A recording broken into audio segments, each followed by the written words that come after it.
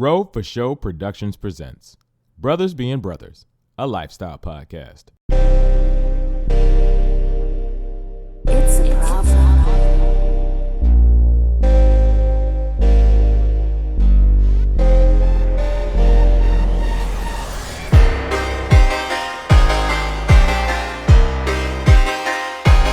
Welcome to the Brothers Being Brothers podcast. I'm your host, Rochelle Hamilton Jr. And as always, I got my guys, K-Rob and Mac Ronay, rolling with me. Fellas, say what's up to the people. What up? Yes, sir. Well, fellas, I'm so sorry. I'm so sorry to cut y'all off. Since we're doing introductions, and this can keep rolling, I just want to try something out for the people. Since Mac Ronay, I want to try this out and see how it goes. Something like Mac Ronay. I want y'all to follow the hands when I do it. I don't want the syllables in there. Mac Ronay. Mac Ronay. We're gonna rock with that a little bit. Okay, I got you. I see where you're coming from. Look, and King Face is classic, bro. He got me laughing.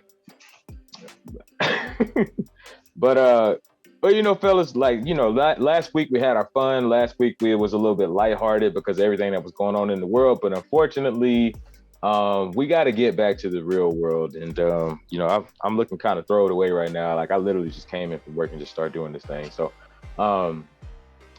like I said, unfortunately, we got to get back to the real world. And there's some real world problems that we got going on. And the first thing that I want to talk about, we'll just jump right into it. The independent investigative report that was released on Elijah McClain came out this past Monday, February 22nd. And basically the report said that the arresting officers, they were found at fault for, quote, quick and aggressive treatment of McClain. Now, for those that don't know, I'll give a little bit of background on this case. Elijah McClain was a 23-year-old black man that was killed while basically walking down the street in Aurora, Colorado. This was in August 2019. The Colorado police, or Aurora police, I should say, they got a call about somebody being suspicious in the area. Basically what ended up happening, the cops, they got on scene, they rolled up on him, and instead of them doing the thing that they're supposed to do, asking questions, scope the scene out, and this and that and the other, they basically just rolled up on this young man and started getting violent with him. They put him in, like Drew said earlier, we were talking about it, a karate chokehold that basically stopped the flow of blood to his brain. And after that, he was rendered temporarily unconscious. With this, paramedics, they arrived on scene, and instead of paramedics examining him like they were supposed to when they arrived on scene, they instead injected him with 500 milligrams of ketamine, which is a sedative. And after he got this sedative, he had a heart attack. He was later taken to the hospital. He was put on life support. He was later taken off life support, and he subsequently died. Now, with this investigation, they found two problematic things that went on. First of all, the paramedics did not do the proper thing when they arrived on scene. They acted as another arm of law enforcement instead of instead of carrying out their paramedic duties. Law enforcement, on the other hand, they tried to lie about it. They tried to say he was resisting arrest. In reality, the body cam showed that this young man was not resisting. He was basically begging for his life, telling him he couldn't breathe. He told him he was scared. He was crying for help. He was autistic, so he was wearing a mask because that basically helped him feel more comfortable in public. So with all that being said, I want to get y'all are two fathers of young black men. I want to hear from a parent's standpoint, because we automatically know what everybody's going to say with a story like this, where we know the reaction. We hear that part, we get that, and it's totally understandable. I want to come at it from another angle. I want to hear from a parent. I want to hear the other human element of this.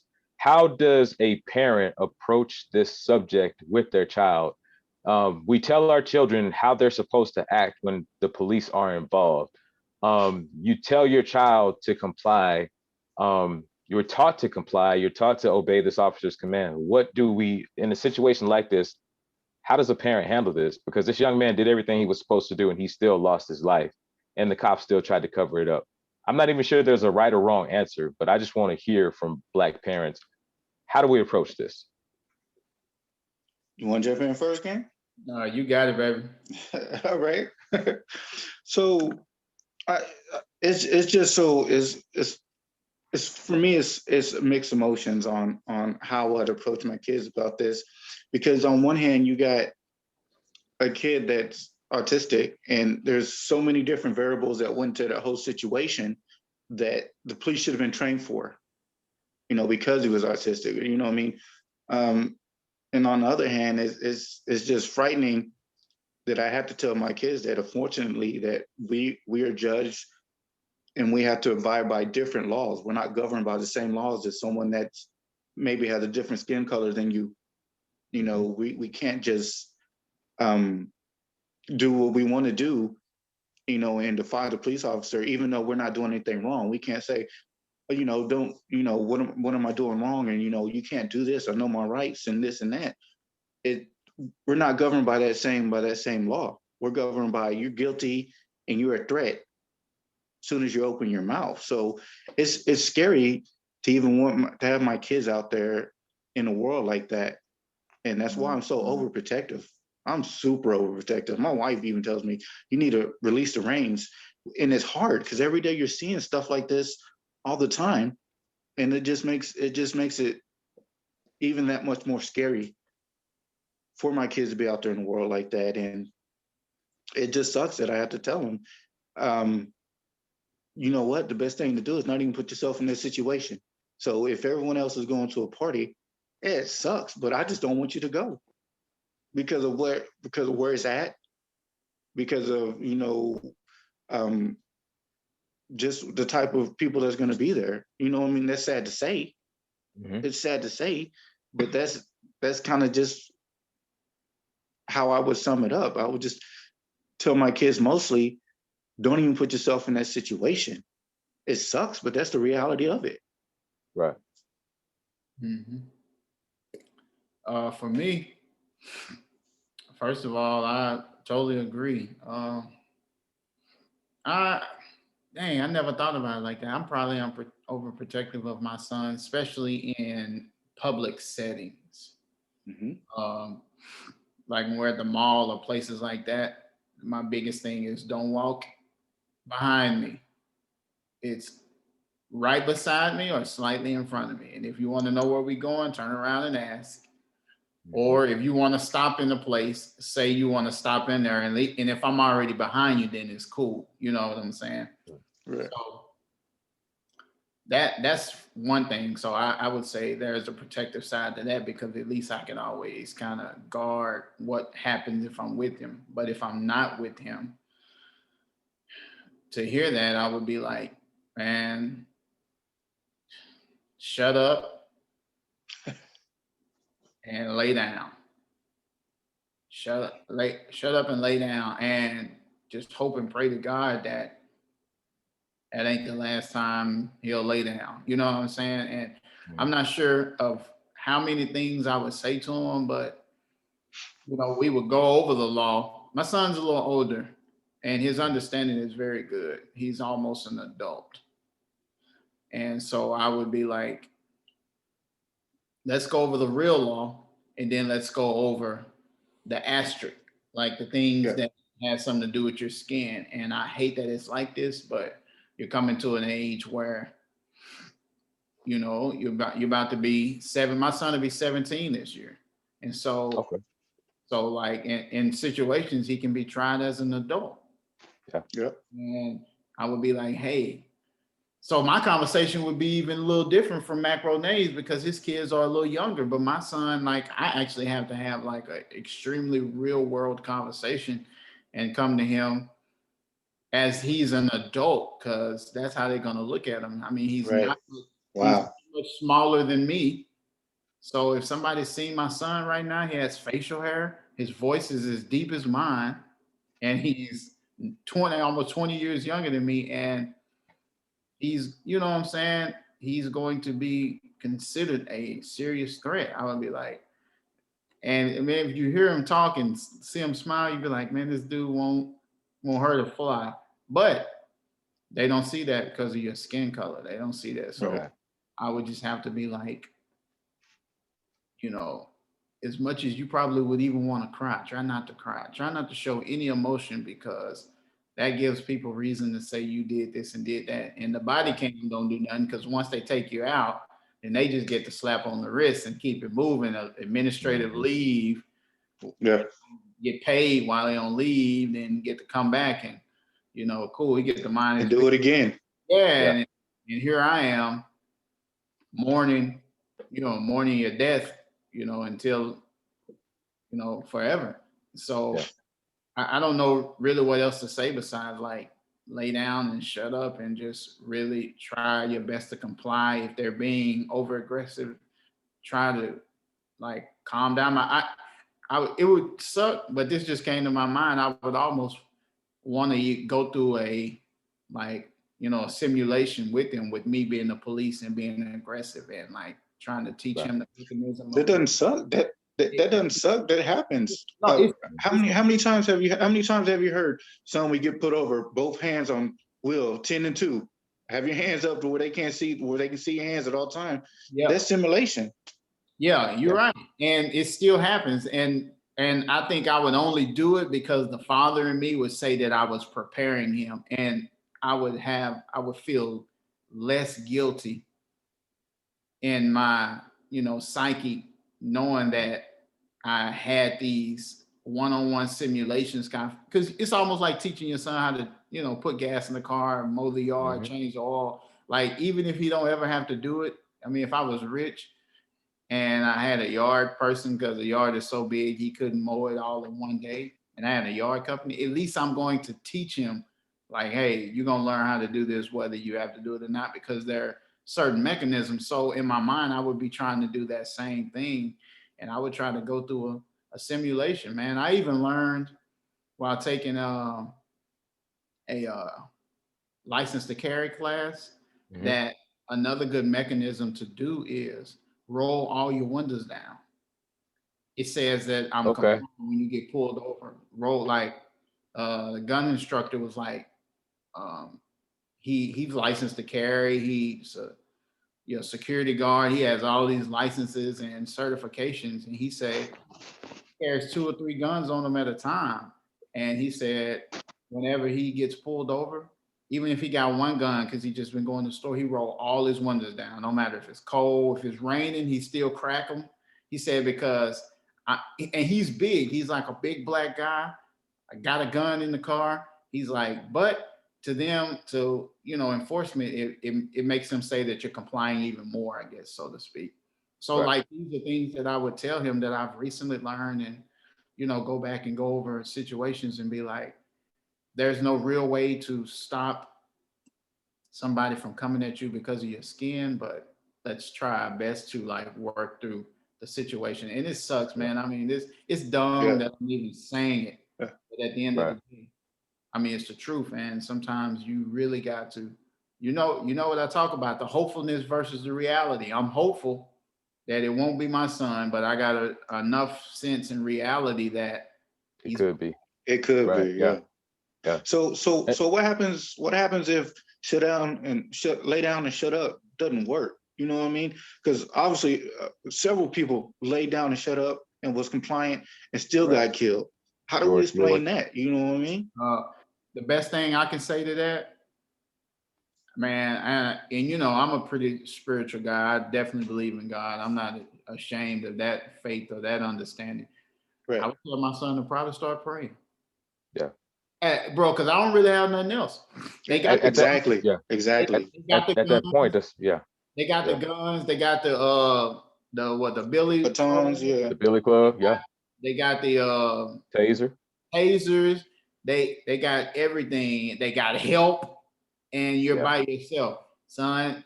In the event you start weeping or you're scared for your life, and daddy can't help you, try your best to do the best prayer you can. God, leave, man. It sucks, bro. We be looking for God, looking for God to intervene however He can, man. But that's all I really have. That would be like the last thing I say. You know what I'm saying? So. No, I mean that's true. And my mom was the same way, or is the same way. I can't say in past tense, She was the same way whenever I was, because and I ain't gonna lie, when y'all were talking about the overprotective aspect, I used to wonder why, like, my mom and my grandma, like, every time we would go in the store, it was, don't put your hands in your pockets, don't reach out and touch stuff, don't do this, don't do that. And as a kid, I didn't understand why they were saying stuff like this. I was like, man, why do I have to, act this certain way? Why do I basically have to act like a soldier? And then you start coming up, you start seeing this kind of stuff going on in the world. And it's like, okay, now I see why my mom was why my parents were so overprotective. Now I see why they were saying you got to watch how you conduct yourself when you go out in public. There were certain stores out at the mall in Amarillo where we were told that, like, okay, when you go in here, you basically, like, you can look, but you already know that you're being followed. And I ain't gonna say the name of one of them because I ain't gonna open us up to no lawsuits. But there is one prominent store out in the mall that they were known for that. And I remember it was one time we went in there and we see this little white girl, like, literally still in sunglasses, but they were so concerned, watching me and my homeboys, that they missing this girl over here taking stuff. But when all we was doing was just looking at clothes. We weren't even, like, we was window shopping. We wasn't looking to steal nothing. We had our hands in plain sight. We didn't have on any big baggy clothes, but just the bare color of our skin. That's the kind of mentality that we run into. And like you say, it sucks that we have to grow up in a world like this where, but it actually goes back to, growing up as a Black person in this country. You're taught that you have to go the extra mile just to get, half the respect. On the job, you're taught that you got to work twice as hard to get half the credit. We always end up having to go the extra mile. And this is just another aspect of life, or Black life in America, that we have to basically, no matter what we do, if we're complicit, if we're telling the cop, hey man, I can't breathe, I can't do this, that, and the other, we're still at a higher risk than our counterparts of not getting out of this situation alive. And that's the unfortunate part. And like King said, I mean, at the end of the day, all we literally have is hope and prayer in a situation like that. Now, I've been blessed where I've never run into a situation like this. The extent of a bad experience I could say I had with a law enforcement officer was in Midland outside the airport one night when it was like 2:00 in the morning. I was coming from work when I worked for Southwest, and I had some boxes in the car because I was getting ready to move. And him and his boy, they all looking at my truck, and then, why do you have these boxes? And they asked me all these questions, and he asked me, can he search my truck? And I told him no. And at that point, I thought this was about to go south. But I'm like, no, you don't have a reason to search my vehicle. Like, I'm going home from work. And, so at first I was thinking he's about to ask me to step out of the car. So he's still looking, still asking me all these questions. And I just answer all his questions. And I'm just like, and I ain't gonna lie, I was a little scared because at this point, like, this little road outside the Midland airport, it's in the middle of nowhere. It's dark as I'll get out. Yeah. So that little thought started going through my mind. And at the end of the day, I was just like, man, Jesus, like, if he asked me to step out of this car, like, bro, I have no idea what I'm gonna do. Like, it's literally just me, these cops, and God out here. But, thankfully, the guy, he eventually, after he asked me all these questions and basically harassed me, he let me go. That's just been the extent of mine. So in that regard, I am extremely blessed. But it just, I don't even have the words for this report, man. I mean, this dude, but the sad thing about it, I don't know what's going to happen to these police officers. I mean, even if they do end up getting tagged by the system, it's only going to be because it's video, just like George Floyd. I was telling my mom earlier, if it was not for that video, those cops in the George Floyd incident, I guarantee you they would have walked, because this legal system does not hold these law officers accountable for acting. And that's part of the reason why stuff like this keeps happening, because they feel like, okay, well, you know what, if I do this, I mean, I may get a slap on the wrist, but I'm gonna get my job back. Or even if they do, this is another thing that people don't talk about. Even if they do lose this particular job, they can move somewhere across the country and still work in law enforcement. Right. And matter of fact, there was a report. I don't know if y'all saw it. It was one of those things that it got kind of dropped late in the news cycle, late at night when everybody's sleeping. But this was about 6 months ago that they found that there was a city in Arizona, and I can't remember where, but there was a city in Arizona where they basically called it like a police rehab, where these cops across the country were getting popped and getting fired from departments for racial issues, violent offenses and things of that nature. They get fired, like, on the East Coast somewhere. They come out here for like 6 months to a year, 2 years, lay low, and then they go back to wherever they want to go. Like, dude, that's part of the reason why this keeps happening. This legal system protects who it wants to protect, and it serves who it wants to serve. That's the sad part. So yeah, I'm sorry, bro. No. Sorry, go ahead. But it's pretty sad that we still it's 2021 and we still got to carry around an invisible green book. You know what I mean? I don't know if y'all seen that movie, but most people know I'm talking about, the green book. Places you can go, can't go, do's and don'ts just because of the color of your skin. And it still kind of feels like that now. Things we have to do, can't do, that when we're, apprehended or stopped by law enforcement.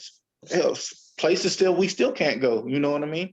So it's just sad that this whole thing just feels like an invisible green book. You know what I mean? Yeah, so I was reading this article on DenverPost.com, and it was saying over the last decade, Colorado prosecutors took at least 10 cases involving police killing while on duty to grand juries, but only secured indictments in 2 of them, but none of them were convicted of the crime. See? And another sad thing about that, man, I don't know if y'all remember the cop up in Minnesota. His name was Muhammad something. He was a Muslim brother. If you can look it up, and this is every time I think about this, it upsets me. This was just 2 or 3 years ago. They pulled up on scene, and I'm kind of fuzzy on the details, but they pull up on scene, and some way, somehow, this brother he shot this white lady. She was older white. She was out there. She was the one that called the cops, and I can't even remember what the issue was. I think it was a domestic violence incident. And it was kind of one of these things where I guess she ran up on the cops. He didn't know who she was. He didn't know if she was the person that called. Pulled a gun out and he shot her, and the lady died. He went to trial, went to court, everything else. I'm sitting here thinking this brother is about to get off because this is a legal system that protects cops. Bro, don't you know they convicted this dude? And I'm not saying they were wrong for convicting him, because the facts were, he wrongfully shot this lady. So, it just shocked me that this was like, wow, this was like the perfect scenario where it was like, got a black cop who shot a white lady, killed her, even though it was an accident. It was, even though it was, the type of circumstances that we as Black people have seen committed against us on so many different instances. You have this where this brother was convicted, and they didn't hesitate twice. But now we got so many incidents like the Breonna Taylors and the George Floyds and Alton Sterling and Eric Garners and Sandra Bland's, and we have all these other instances where these cops, they either got off or they were just slapped on the wrist. So to an outsider looking in, it was just like, wow, like they're outright with it. You literally spitting in our face with this deal. Right. So, man, I'm not even sure there's a right or wrong answer to this, because this is one of those things that we just got to get the conversation going. Right. And there's so many different layers to it that it's hard to come up with a solution, because there's the legal aspect of it, there's the historical aspect of it, there's the media aspect of it, there's the black and white, as far as civilians aspect of it. There's so many different layers to it that we're never going to have the right answer, at least not in our lifetime. I don't believe, as much as I'd love to say it, I don't believe we're ever going to have the right answer for it. But yeah. The best thing I can say as a Black man, one thing my dad has taught me is like to be, what's the best way I want to put it? To literally act as high class as possible, not sedity, not rude, but act as high class as possible based on the way you raised me. Everywhere you go and you make your choices slimmer, but then we have to put the asterisk again. And what I would say to any other Black person is, I love Black people, I love Black culture, but sometimes we definitely have to make sure we're extremely careful about like letting our good be evil spoken of, even in the sake of fun or hanging out or whatever. And it sucks, but when it's your reality, do it, live to see another day, and then, right. hope and pray for change. But man, just everywhere you go, just try to act as, have as much class as humanly possible, so that you're not giving people reasons to, right. Yeah. You know what I'm saying, do all of that. But it just sucks. Like, I hear what you're saying, and I agree as far as carrying yourself a certain way. And like I said, again, that's like the unspoken rule of what we need to do just to stay safe. But like, how do you explain that one to your kids? Hey, you can act this way around here, but around there you got to act this way. And the kids are acting, well, why can't I act the same way all the way around? Like, that's hard to explain. You know what I mean? And it sucks. It sucks that burden is put on us. You know what I'm saying? Yeah. Well, but my dad, go ahead. I'm sorry. Well, my dad always made us act a certain way in public in general. I mean, don't embarrass me in public, Yeah, same here. I think the in public thing was already a thing in general, especially like going in the grocery store. Don't you embarrass me in the store? Don't you get to pulling stuff? And sometimes it wasn't always about the color of the skin, even though they may have been coming at us in that direction. But as young as we were just knowing that it was a butt whooping coming if we did anything that would have insinuated that we was some kind of bad child or did anything that was wrong. Like, if they said don't do it, don't do it. And so we had already knew our public stance as far as how we were to act. You know what I'm saying? Right. So, right. But that was more like I understand, like my mom would say, don't same thing. Don't go in here and start grabbing stuff and carrying stuff down. But that was just more for us not to be bad children. Just bad children, period. No matter what color you are. They just don't be bad in public, period.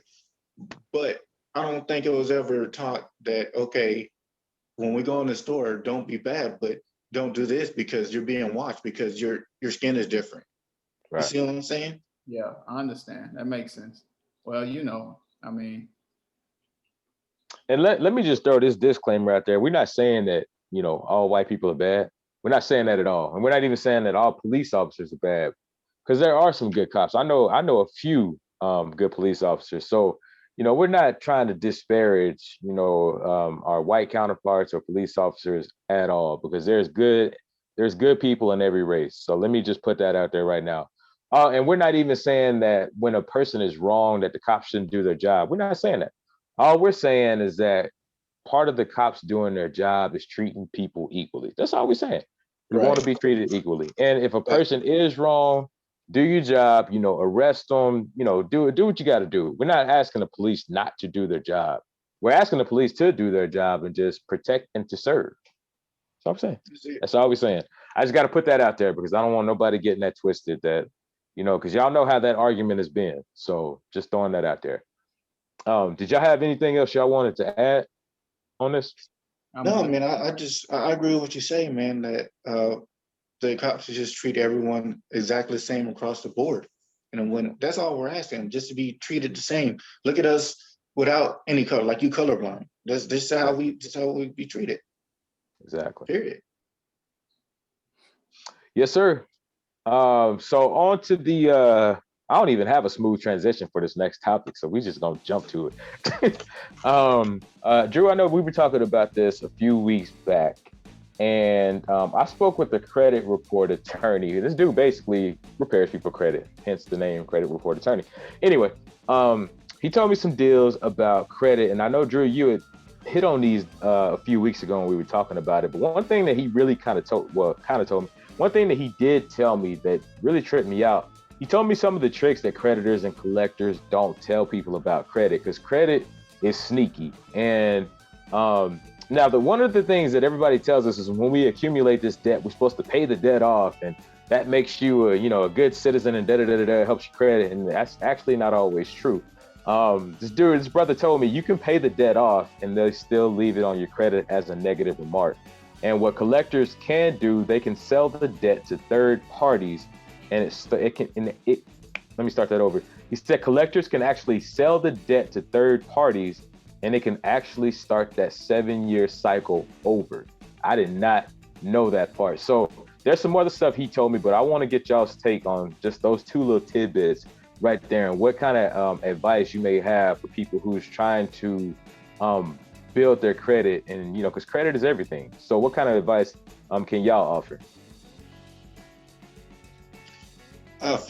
For me, just on those the two little things, as far as if it is already a delinquent debt, if they already put it to the creditor and you're already debted, then there's no point in paying it off, because like Rose said, they can still leave that on your credit negatively, and it'll still impact your credit score. Now, I do want to say that I'm not a credit repair guy. I'm not a credit attorney. Just everything I'm saying is just information and knowledge. Do with it what you will.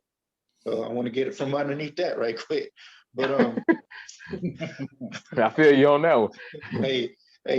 But yeah. So what's crazy too is, so if you get a phone call from a creditor and they say, "Hey, is this such and such?" and you say, "Yeah," and they say, "We're calling on this debt," and you say, "Yeah, I don't have it. I can't pay that." But once you acknowledge it, that restarts that 7 years all over again. Once you acknowledge it, you know what I mean? So my thing is, don't pick up the phone with the numbers you don't know. If it's important, they'll leave a message, period.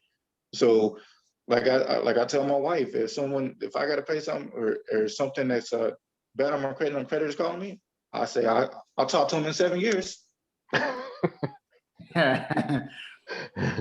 Yeah. Well, that's been my law all my life. That number ain't saved in my phone, I don't answer. I mean, this podcast is the closest thing to talking to strangers I've done in my whole life. Wow. I feel that. I spent my life hiding behind the drums. The drums is a hiding mechanism for me. I like it. That it's the middle place between me and the people. And then there's still the artist or whoever too. So there's like these two mechanisms. So let me tell you something. I definitely won't answer no calls from no 1-800s or no, they get tricky now, I was about to say, yeah. They be using numbers. They be calling from Wisconsin, but using a Dallas number. I see you. But another thing I would say to credit is, don't get and spend on you can't afford to pay back.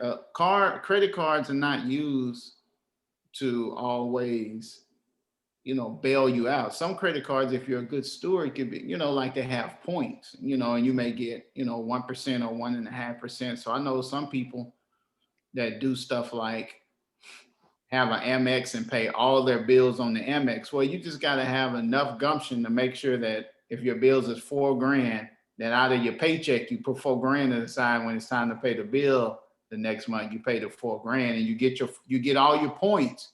At the end of the year, I know that's how some people take trips, free trips, and or they get the money back and they can buy Christmas or do a lot of different things, I think. And then even if it don't have that, then actually let the credit card or whatever, because that's really the biggest debt people have problem with is credit cards, because they get these high percentage rates. And it's like, actually let it bail you out. If you literally don't have no money to next week and you need gas, fill your tank up.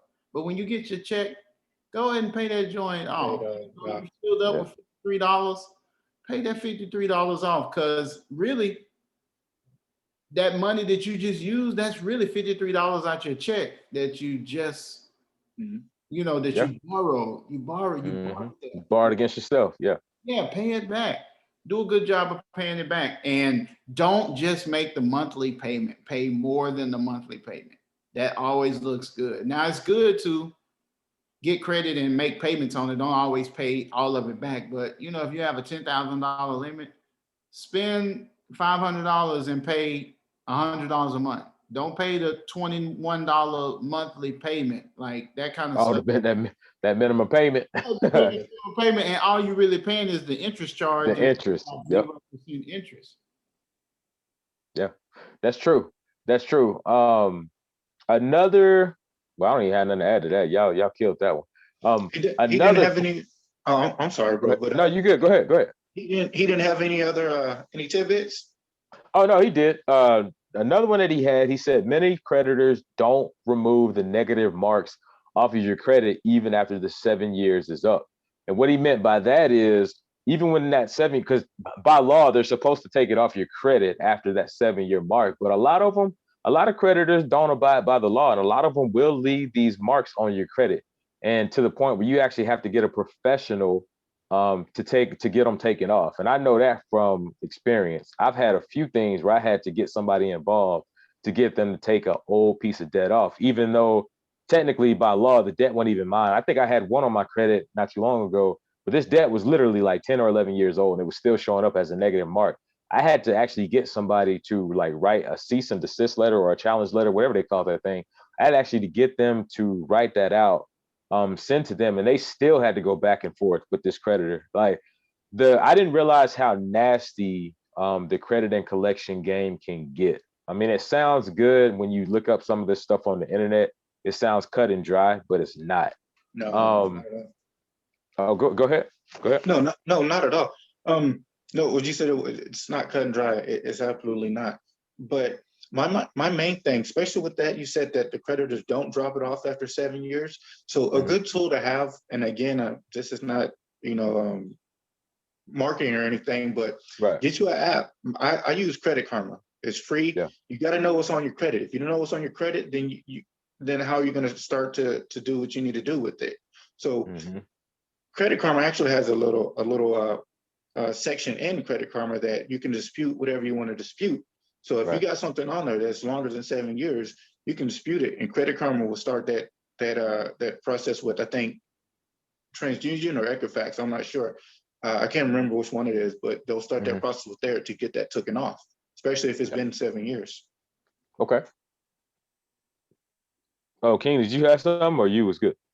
No, like Jay-Z said in his 444 album, man, you know what I'm saying? He spoke about credit. So he did. He did. I know exactly what you're talking about. Yeah. So if you got people who are even rich talking about credit, man, like rich people need credit, and like actually rich people have, some kind of debt, because all debt is not considered bad debt. Right.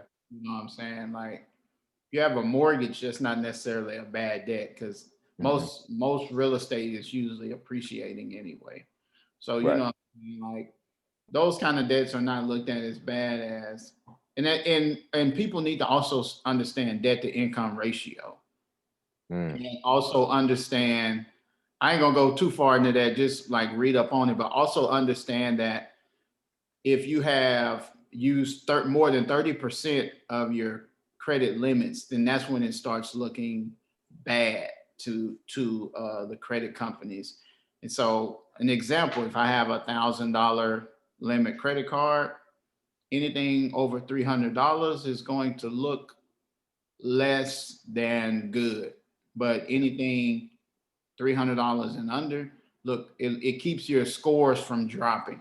You can, but if you had $1,000 credit limit and you had 3 other credit cards, then by all means, the $300 wouldn't collectively look like 30% on all of your credit. So sometimes it can go one or the other way. And, so I think people just have to really, dig and do some research and get clear understanding, find a mentor or find YouTube. I mean, YouTube can teach you pretty much anything. And that's true. As much as we seek out TikTok videos and Instagram reels and stuff, everything else, we can seek out information because it's available.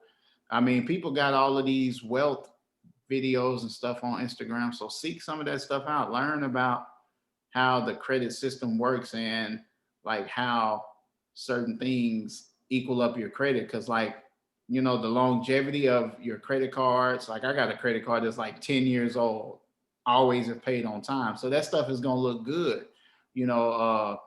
Inquiries, if you got too many of them, how many, that will look bad. And then the amount of the your limit utilization and all of that. So like, just dig deeper and get some understanding about it and try to be smart about the choices. Yep. Trying and, on your way to building credit, because you're going to need it for those big major purchases. I mean, rich people aren't just going out and just because they're a millionaire, don't think they're going out and just paying for houses. Right. They ain't paying cash for everything. No, they're not. Yeah, they're using their credit too, because they need that built up to do other stuff. Because they may be trying to get a business line of credit or this, that, and the third, and they need their name to look good. And so. I'm glad you said business line, because y'all know that our generation pushes that whole entrepreneurship thing hard. Like we're always constantly seeing people about starting on business, and that's cool. I'm all for it. I salute it, because running a business is not easy. But that's one thing that a lot of people don't realize, that if you're trying to start a business, you better have your credit in line, because when you start trying to go apply for lines of credit for business expenses and everything else, first thing a bank is going to do is pull your credit. That's the first thing they're going to look at. But you know what? It was interesting, man. I remember, King, I don't know if you remember this sermon that Dr. Evans did. I think it may have been about 2 or 3 years ago, where he made mention of credit. And he was talking about, I think it was one of those sermons where he was talking about God's view on debt. And I remember one of his lines in that sermon was, credit is not just about like your monetary, how did he put it? Your monetary spending habits. When banks and things like that, when they look at your credit, that basically tells them a story of what kind of person you are. It tells them, are you like a, what was his word? Do you have, if you're a good steward. Yes, if you're a good steward, like if you have integrity, that's what the word I was looking for. Are you a person of integrity? Do you pay your debts on time? Because a person has bad credit that tells them that, hey, you go out and you borrow all this money, but you don't pay it back. So it makes it, and in their eyes, you kind of look like a thief. In their eyes, you kind of look like a bad person. Not to say that you are, but that's just how they view it from their viewpoint. So that was just another viewpoint. But this last little nugget that he said, and I want to hear both of y'all's opinions on this one. He said, even if you pay the debt off, if those paid accounts are still on your credit, lenders like banks, or when you try to go get a home loan or an auto loan, they look at that and they can, and most of the times they will use that against you and deny you the financing, because that basically shows them a pattern of bad spending habits. So I want to hear what y'all have to say on that one. So repeat that. I'm sorry. So repeat that again. Yeah. He said that even if so let's say like you have these debts on your credit, even if you've paid the debt off, if these paid accounts are still on your credit report, then when banks, home loans, institutions, auto loan financing companies, when they see that line of accounts on your credit, they can and most times will use that against you and deny you the financing for whatever it is that you're applying for a loan for. So basically, let's say like you have 10 accounts on your credit and you've paid all of them, they can still use that against you because it tells them that you have a bad payment history or you have a bad money utilization history in your past. So a lot of times they can and will use that against you and deny you the loan for that reason. Oh. So on me? Okay. Hey. It was, whichever. Oh, I'll jump on it. Yeah, go ahead, Drew. Yeah. Okay, so listening to that story, I would have to ask a few questions. Okay. So if a creditor was looking at someone's credit, they had 10 accounts open, but they had a few negative accounts that went into default or whatever, right? Is that what you're saying? So if I was a creditor, yeah. So if I was a creditor, looking at the credit, so each one of those bills that went to collection gets a derogatory mark. Mm-hmm. So if you got a derogatory mark 1 to 3, you're iffy. If you got 4 to 6, it's a no good. And then if you got over that, then they just not dealing with you, period. So right. if you between, so everything falls into an algorithm with credit, kind of, so to speak, you know. So if you're within these two, within this stature, you're good. If you're this one is iffy, and that's kind of all across the board. Your credit utilization, if you're over 30, that's algorithm. You know what I mean? Mm-hmm. Your how long you've had your credit. If you haven't had it long enough, that's algorithm. Then they won't deal with you. So it's basically, if you have so many derogatory marks on your credit, and you let those go into default, and you're not paying those, even if you pay it off and it's still in collections, yeah, you're not going to get the credit if you have so many of them. Now, if you have 2 or 3, maybe you still get it, and then the next tier after that, it's still iffy. But the third tier, yeah, it's no good. It's a no go, and that's how they look at it. If that makes sense to you. No, that makes perfect sense. That makes perfect sense. No, you good. Go ahead, King. I'm just. So I would also say another way that it works for me, and I'm not trying to impose my way on you and tell you what to do, but set goals. Set goals. The goals help. They kind of help level out. They kind of help level things out. So I'll use the example.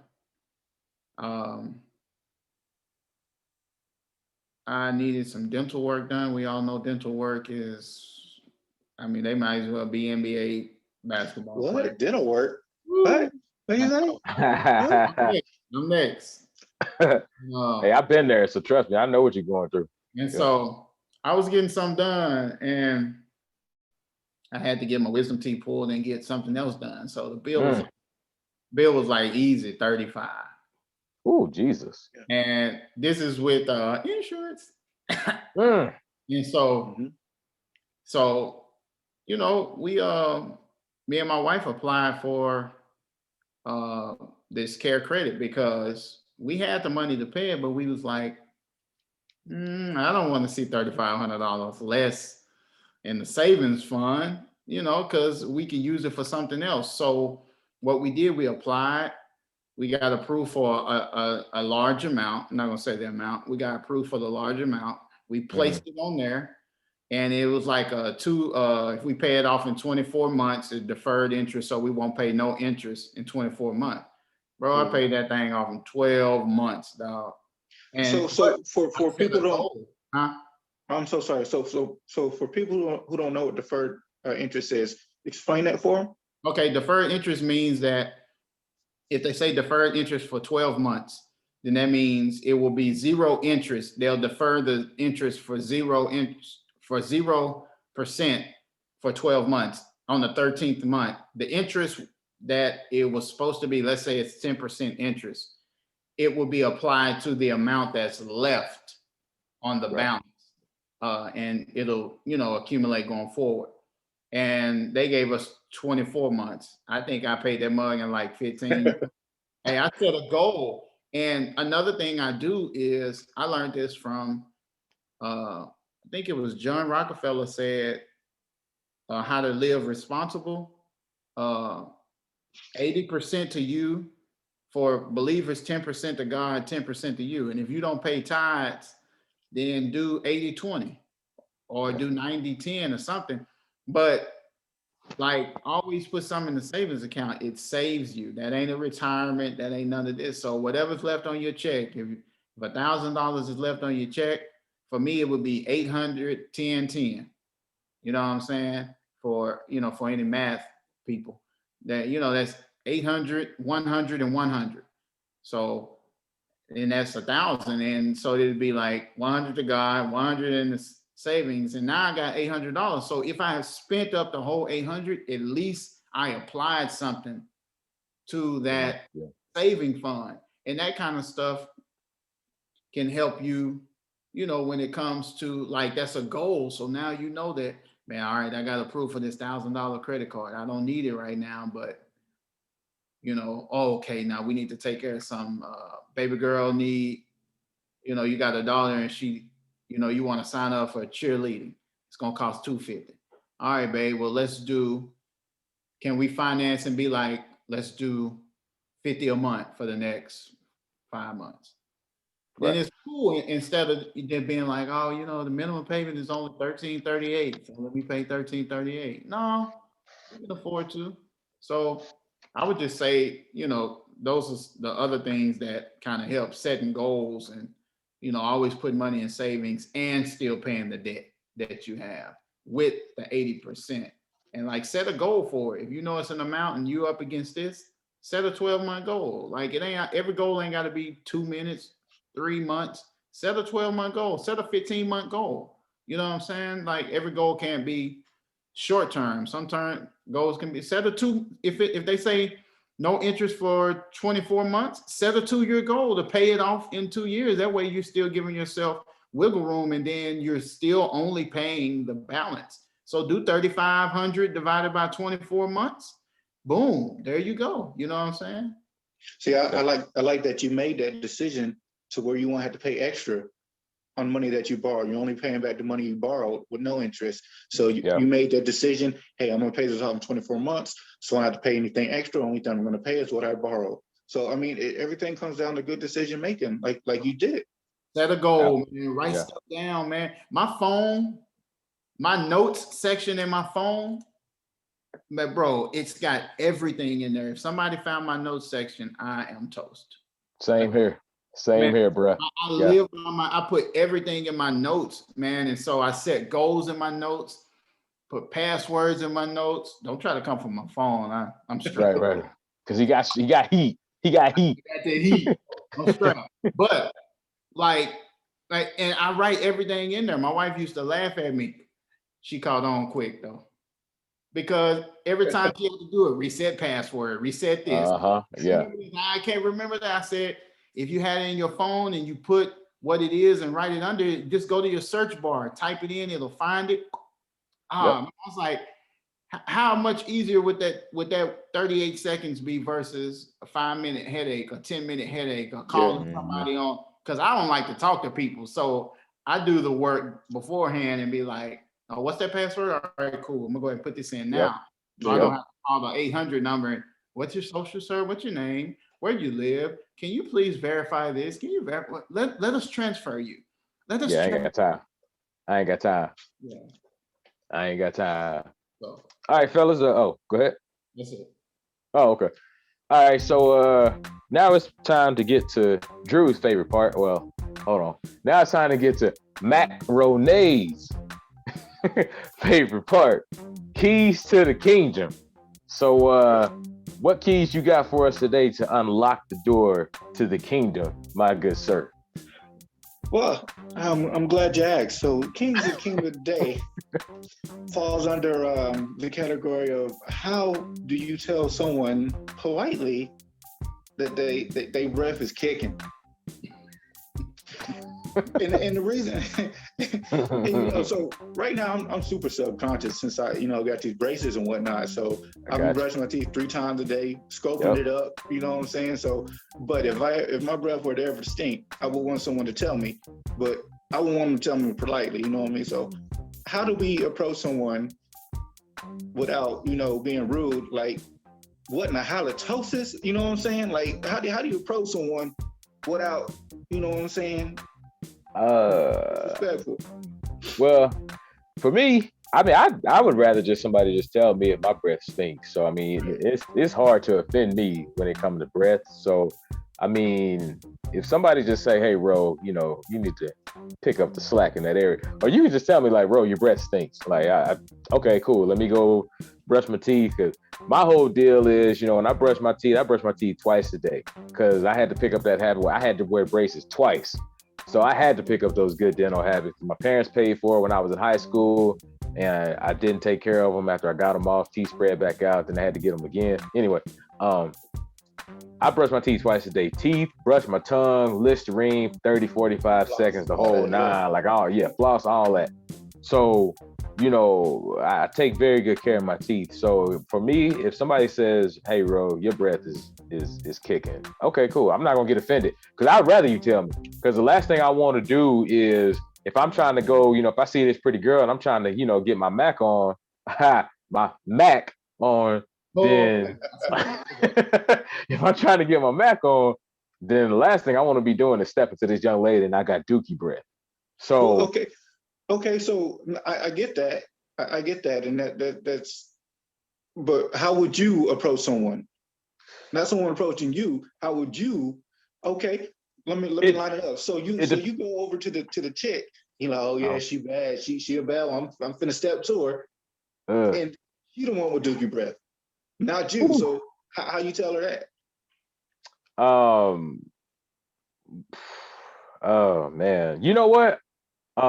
If it's somebody I'm trying to holler at, then I would just like I probably wouldn't even say nothing to her because I don't really know her. So at that point, I ain't got no investment in it. Now, if it's one of y'all, one of my boys, then I'd be like, bruh, you pick up the slack, dog. You breath is kicking. Okay. But if it's just, somebody that I don't really know, like there was this one young lady that I dated and I briefly dated, and that was the reason why.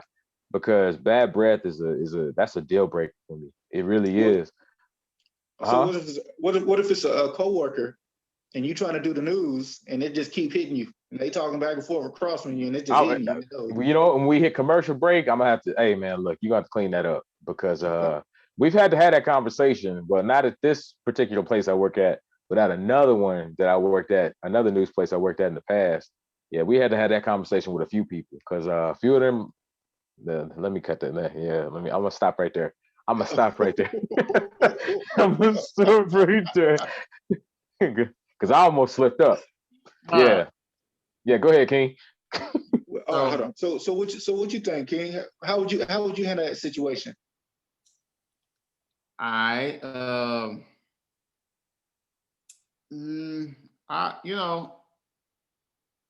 would probably try. I would probably try to be nice and discreet about it. Like if I had some gum with me or a mint and I had one in my mouth already, I'd probably try to finish it up and then like make a scene pulling it out. You know what I'm saying? Like, and I could be married and I still use somewhere like, well, the young ladies around. I don't care if I'm married or not. I want to at least have some fresh breath when I speak to people. I would say something to kind of maybe try to be a hint. That would be the nice way. And if I had some gum on my boy, I'd just be like, you know what I'm saying? I'll try to do something, but if it was somebody I was scared to say it, like maybe I need to go somewhere and send a note. Be like, man, listen, I smelled your breath when you came in. You said you leave an anonymous note? Yeah, I'm really. Oh yeah, straight anonymous. Man, I don't know. I don't know the best way, but anybody who's around me that's close to me, I want them to tell me. But you know what? If I ever feel like I'm unsure or anything, like I always kind of talk like this, like, yo, what up, man? You good?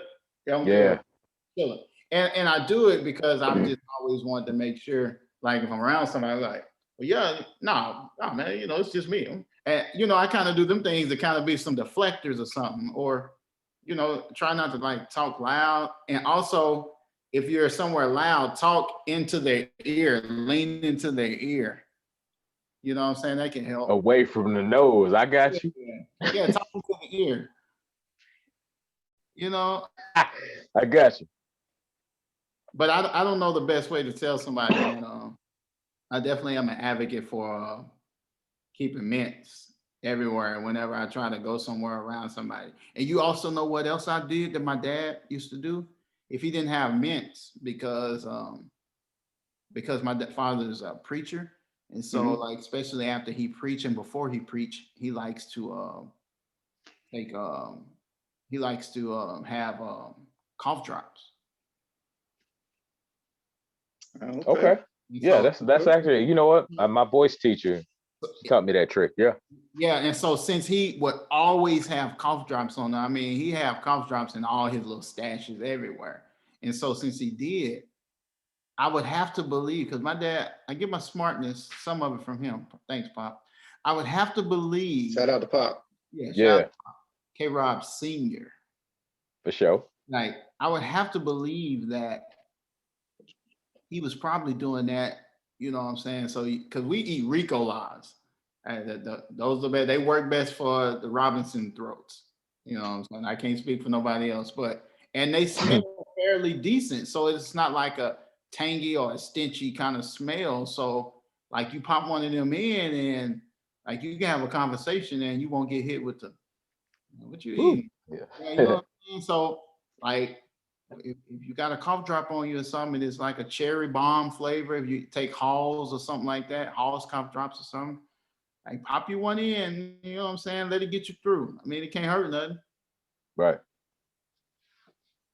No, I definitely agree, man. It's really hard, you know what I mean, to be polite about it, any way around it. But is it hard to be polite, or is it just embarrassing as Jax when you are told that? Is that really what it is? Because you can really both. I mean, but both. So either or, if on the receiving end, you know what I'm saying? So if someone tells you got bad breath, but if you the person telling that person and they get embarrassed and, you know, you feel kind of bad about the situation because you the one that, you know what I'm saying, to embarrass them. Air them out, yep. You shouldn't be embarrassed because you're just trying to help them out. So, but yeah, that's a good question. I think it on both ends of it, you know, to be embarrassed and be the one to cause the embarrassment, it just kind of sucks all the way around. It's that bad breath catch-22. You know what I'm saying? Catch-22. But I think the easiest way is like King Rob say, go ahead and just have that stick of gum. I think I'd go out my way to get a stick of gum for someone. You know what I mean? If I got to run across the street to the store and be like, hey, you know, check it out. Here go a little piece of gum. It's just a little tart. That's all. Just a little tart. Either that big red or that juicy fruit action. What else? You know what I'm saying? Yeah, something. All right, so fellas, for the last subject, you know, it was a blurb, a nugget that came out today. It dropped today, but you know, Russell Wilson and the Seahawks, they've been having a little bit of a tuzzy, so to say, here lately. And really, when it first came out, it was kind of unexpected. And then there was a report that came out today that said, you know, he hadn't demanded a trade, but if the Seahawks were going to trade him, there was only 4 teams that he would be willing to go to. And that was the Bears in Chicago, the Saints in New Orleans, the Raiders in Las Vegas. You say for the land. Boy, you wrong, boy. Macaronay's boys down in Dallas. So Cowboys. Right. So I wanna hear y'all's. Well, I don't really have thoughts either way on Russell. Well, yes I do, because I'm surprised that it's came to this between him and the Seahawks, because I thought everything was good between them. But right. That just goes to show you that, you know, we only know about 1% that goes on in these buildings when it comes down to the NFL. And just in talking to a few you know, ex-NFL players, I mean, the things that go on, the average person will be surprised at the things that the media doesn't release. And there are things that the media knows, but they can't say. Oh, right. And, you know, I've talked to a few guys that cover the NFL, and man, some of the stories that these dudes have is like, wow, you would never guess. So I guess in a way I'm surprised, but I'm not surprised. Now I will say this, I don't want him in the AFC West. I don't want him going to the Raiders, because that's going to put hella pressure on the Broncos. Broncos, yeah. You know, and we already got Patrick Mahomes in the division. So now if the Broncos do what I feel like they're going to do and get DeShaun Watson, I bring it on, because I mean, at that point we can compete. But right now with what we got, Russell needs to go somewhere else. But it's going to be interesting. This is shaping up to be an interesting NFL offseason, bro, because we've never seen an offseason where there are so many quarterbacks who had the potential to be on the move. And we know how the NFL values this quarterback. Yeah. Like these are quarterbacks in their prime. Russell Wilson. 10 quarterback. Yeah. And see, if he goes to Dallas, that's really going to shake stuff up with what's going on between them and Dak. So. Well, that would explain why he don't. That may, I mean, you just hit it the head. You hit it on the head. That may explain why Dak hasn't got even the franchise tag yet. That's true. That's very true. And then there's also people also got to consider the Sierra factor, because there's reports that Sierra don't want to live in Seattle no more. So She's gonna have a big say in how this plays out as well. Yeah, people. Yeah, I mean, hey, and they got enough money where he can do that. He's won a Super Bowl and all of these things, man. He said he wants to stay in Seattle. I mean, that's what he said. Keep his ass over there. But look, I know you're off. See, I don't have a favorite team, so I don't care where he goes. I just want him to go somewhere and we keep the competition strong throughout the whole NFL. I don't care if it's all AFC, all NFC, or half and half. Right. I just want good competition. So, I mean, Drew Brees is done, huh? So that's what it looked like, I believe, but he ain't made look like it. But I mean, unless he got the Tom Brady thing going on, he may play again. But I mean, you said Las Vegas. Mm-hmm. Nah, I actually would like to see DeShaun Watson in Chicago. Somebody else said it, and I thought to myself that wouldn't be a bad idea. And he said he wanted to go to Chicago. Well, look, how about this? If Russell goes to Dallas, how about that go to Seattle? Why are we talking? How about that go to Seattle? What's wrong with that? You say who now? Dak go to Seattle? Yeah, or hey, look, are you just that married to Dak that he has to be a Cowboy? Bro, hey, that's Drew. That's Macaroni, boy. I'm gonna tell you what, bro. I'm gonna tell you just like this. If Dak go to the Eagles or Seattle, then I just got a new team. Period. Oh, so you're like a Dak follower. Okay. I didn't know what I'm saying. So like that.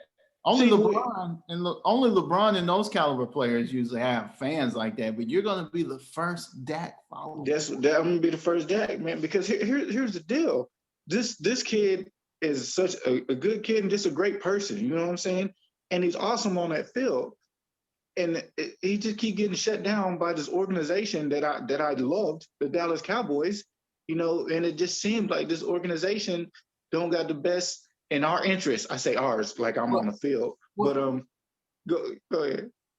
Well, you know what? I say that to say, let him go somewhere else and let's see if it's really him or if it's really the Cowboys. And let's see Russell come to the Cowboys and make a difference.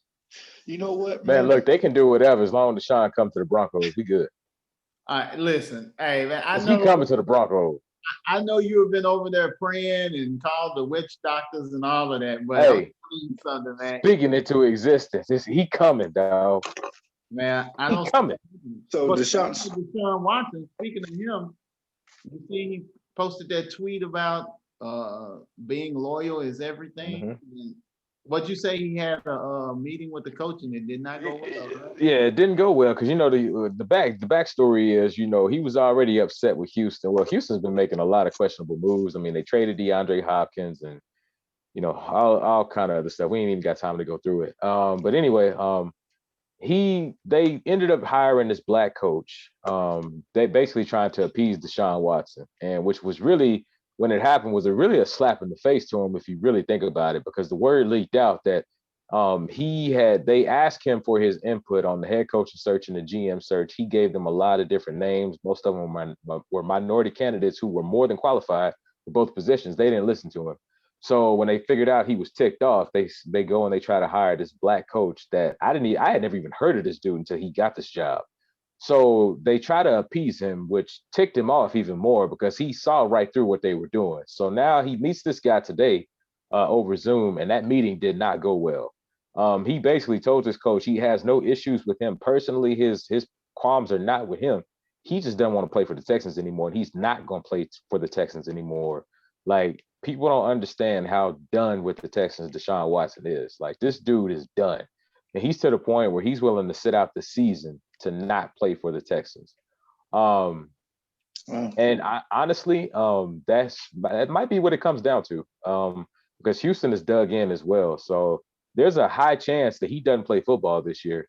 But if Houston is smart, they'll trade him around the trade deadline. And there's already 8 or 9 teams that's going to line up. And yeah, Denver's one of them. If he don't play, he'll be resting.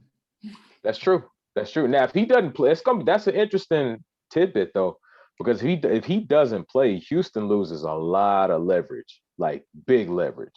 But personally, I think he's going to get traded either right before the draft or on one of the draft days. I don't see this going past that. And he'll be in a Broncos uniform because I'm speaking that into existence. That's all I'm saying. This guy, man. You know what I'm saying? Hey, man, look, he coming to Denver, dog. I'm telling y'all, I'm speaking this into existence. It's going to happen. All right. But anyway, that's the end of episode 7 of the Brothers Being Brothers podcast. Fellas, would y'all have any parting words for the people? Man, talk to your kids. Let them know how the world is out there, even if it's hard. You got to. And teach your kids. You learn yourself how credit work, and then teach your kids how credit work.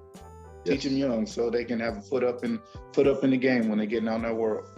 Absolutely. Man, you said it all. Definitely culturally, man, we got to be better teachers of the people under us, from kids to even people that aren't our kids. We just got to be willing to teach one. Each one teach one.